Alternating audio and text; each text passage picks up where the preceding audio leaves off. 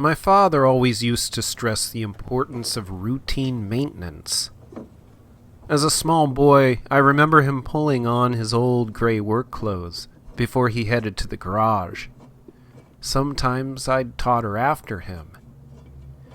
Laying in the shadows beneath the vast engine of that 1973 Chevrolet station wagon, I'd watch him drain the cosmic black oil and replace the oil filter with its requisite oily struggle. He would grease the zerks in the front end and change out the big round air filter on top of the engine. Finally, he'd pour new oil into the engine, shiny stuff that looked like pale honey. It was gritty work.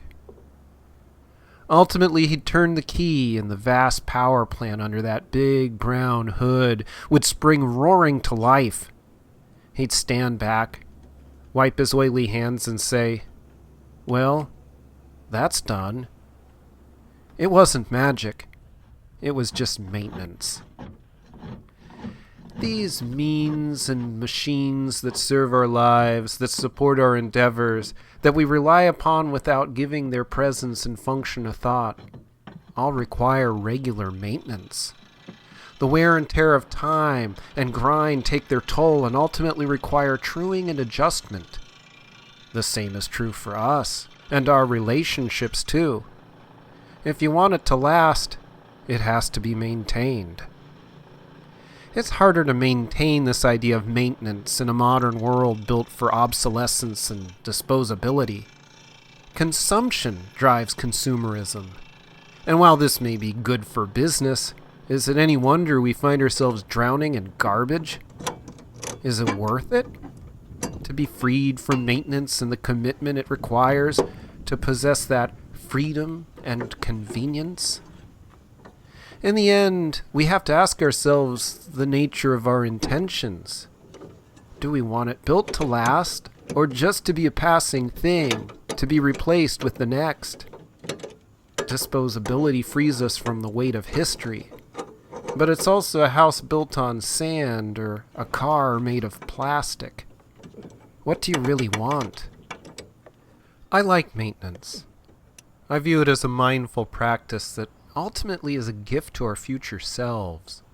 We pay now for the payoff later, a way of priming the pump for stability and the prosperity that rides along with it.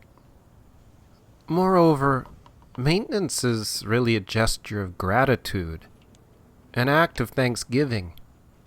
Doesn't the universe and the elements that comprise it deserve some recognition and a little thanks? I find things typically work better when they are thanked. Gratitude is a form of maintenance. No tools, filters, or oil are required. Maintenance in its practice is a skill that has to be learned. I learned this the hard way with the transmission in my first car, a lesson that remains firmly remembered. We hone the skills with practice and find unity with what we maintain, a relationship of its own form. There is a growth in all of it. It is a process of becoming. If you want it to last, it must be maintained. Only in doing so will you be able to go the distance and know you'll reach the destination. We need not be afraid. Just roll up those sleeves and get to it. The universe will thank you for this humble act of gratitude. Or, as the saying goes, be kind to your burro, for it bears you.